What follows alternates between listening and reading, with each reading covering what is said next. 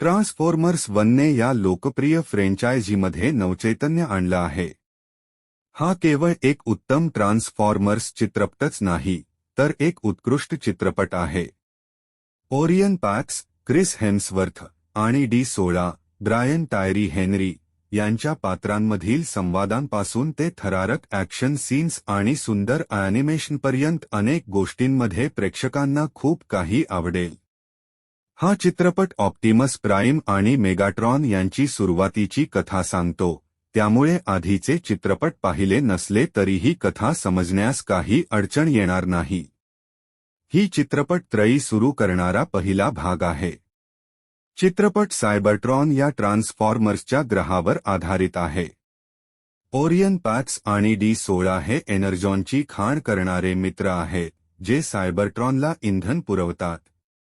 Orion matrix of leadership शोधण्याचा प्रयत्न करतो, ज्यात सायबरट्रॉन निर्माता प्राइम्सची शक्ती आहे, जी एका प्राचीन युद्धात चोरीला गेली होती. ओरियन आणि डी 16 स्वतःला सिद्ध करण्याचा प्रयत्न करतात, परंतु त्यांना काही भयानक सत्य समजल्यामुळे त्यांना त्यांच्या योजना बदलाव्या लागतात. ट्रान्सफॉर्मर्स 1चं व्हिज्युअल अत्यंत सुंदर आहे. इंडस्ट्रियल लाईट अँड मॅजिक या स्टुडिओने, ज्यांनी लाईव्ह ॲक्शन चित्रपटांसाठी व्हिज्युअल इफेक्ट्स तयार केले होते, या ॲनिमेशन चित्रपटासाठी अप्रतिम कामगिरी केली आहे. चित्रपट एका ग्रहावर घडत असला तरी सायबरट्रॉनच्या प्रत्येक भागाला वेगळी ओळख आहे. खाणींचे काळेकुट्ट भाग, ट्रान्सफॉर्मर्सच्या विविध रंगीबेरंगी डिझाईनशी तुलना केल्यास, ग्रहाच्या पृष्ठभागाची तीक्ष्णता आणि फ्लुइडिटी ही ॲनिमेशनची खासियत आहे. प्रकाशाचा वापर देखील विलक्षण आहे. एका दृश्यात, ओरियन एका मंद पार्श्वभूमीत उभा असतो आणि त्याच्या भोवती प्रकाशाचा प्रवाह येतो. दुसऱ्या दृश्यात, एलिटा, स्कारलेट जोहान्सन, एका गुलाबी आकाशाखाली उभी असते, ज्यामुळे तिचे आर्मर अधिक ठळक दिसते.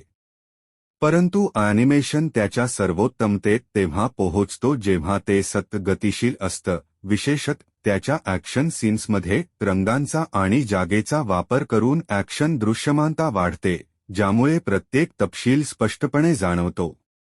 आणि हे दृश्य फार काळ टिकत नाही, त्यामुळे ते कंटाळवाणे होत नाही.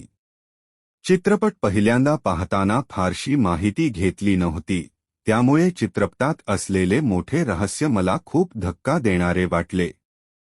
ओरियन आणि डी 16 यांच्यातील मैत्री आणि त्यांच्यातील फरकांवर चित्रपट चांगली बांधणी करतो.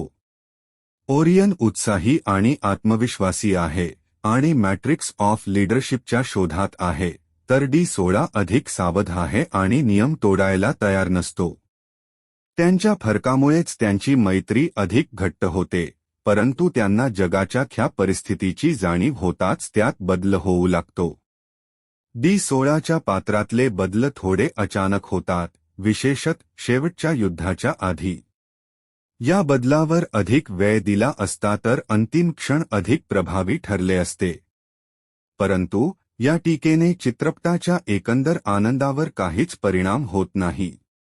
चित्रपट निर्मात्यांनी एक पूर्णतः सजीव आणि आकर्षक जग निर्माण केलं आहे आणि ट्रान्सफॉर्मर्सच्या पात्रांवर लक्ष केंद्रित केल्यामुळे प्रेक्षकांमध्ये या चित्रपटाबद्दल अधिक आकर्षण निर्माण होतं.